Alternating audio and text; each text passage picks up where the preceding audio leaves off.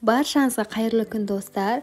Бүгін сіздерге әдеттегідей тағам емес, бет күтіміне арналған керемет масканың құпиясымен бөлісейін дедім. Мен бұны жасап жүргеніме 3 айдай уақыт болды. Өзіме қатты ұнады. Бұл масканы мен Кореяда тұратын қазақ қызының блогынан көріп жасадым. Корей қыздарының беттерінің жылтырап, теп-тегіс аппақ болып жүретінінің сыры осы маскада екен. Масканың құрамына көп заттай кетпейді, лимон мен бал болса жеткілікті. Лимонның шырынын жақсылап сығып алып, оған бал мен ұнды қосып, жақсылап қоймалжың ет. Маска дайындаймыз.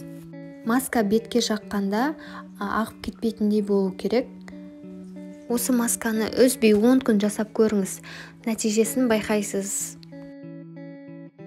Масканы жағардың алдында умывалка немесе пенкамен жақсылап жуып тазалап болған соң, тоник болса тоникпен сүртіп, 2 этаптық тазалаудан кейін масканы бетке 15-20 минут ұстаймыз. Одан кейін жақсылап жуып тазалап, артынан сыворотка немесе ылғалдандыратын крем міндетті түрде жағамыз, өйткені маска бетті құрғатып тастайды.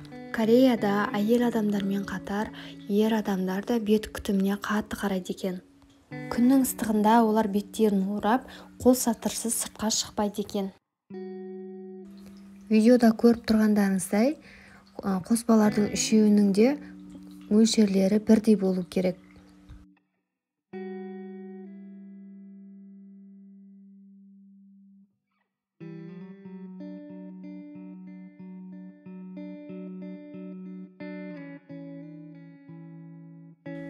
Ұнды соңында араластырамыз. Беттен ағып кетпейтіндей қоюлау болғаны дұрыс.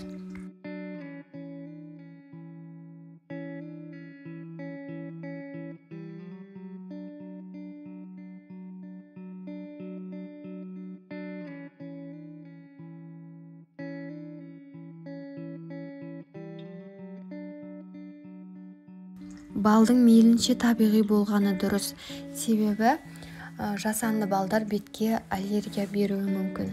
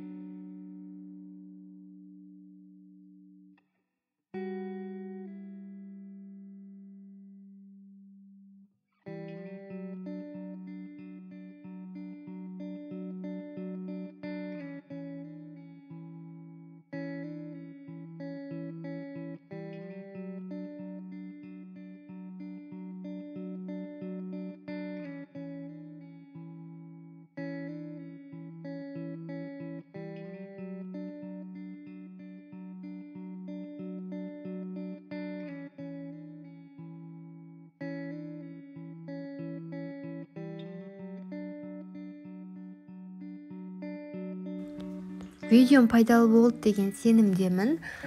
Достарыңызбен бөлісіп, каналыма тіркеліп кетуді ұмытпаңыздар. Сұрақтарыңыз бен пікірлеріңіз болса, төменде комментарий бөліміне қалдырып кетсеңіздер болады.